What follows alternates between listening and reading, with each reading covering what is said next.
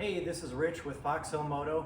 I wanted to show this new generator mount for the Honda EU2200. It also works on the EU2000, and I think it'll fit the 1000 as well. I am not 100% sure on that, but it's mounted on rubber bumpers. So you take the stock feet off the generator and you bolt it directly up to this generator mount, and it's got the rubber bumpers down here that help isolate the vibration from the generator from the vehicle.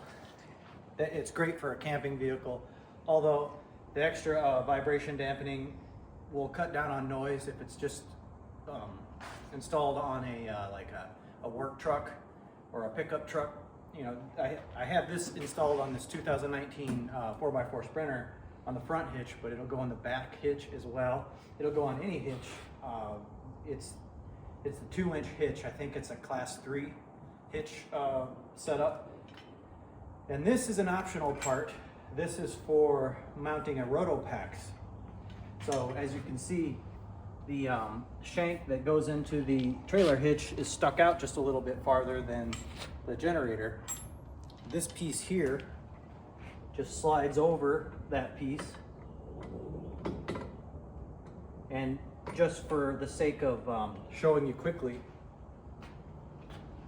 the rotopax will go, if it's a standard rotopax mount or aftermarket rotopax mounts, whichever.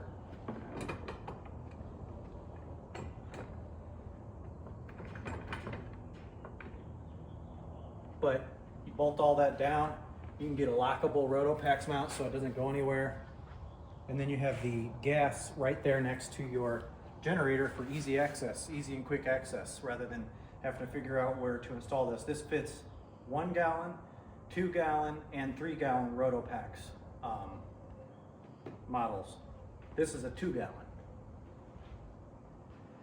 But a nice, quick, and effective way of mounting a generator, and it looks great as well. It all fits together so nicely.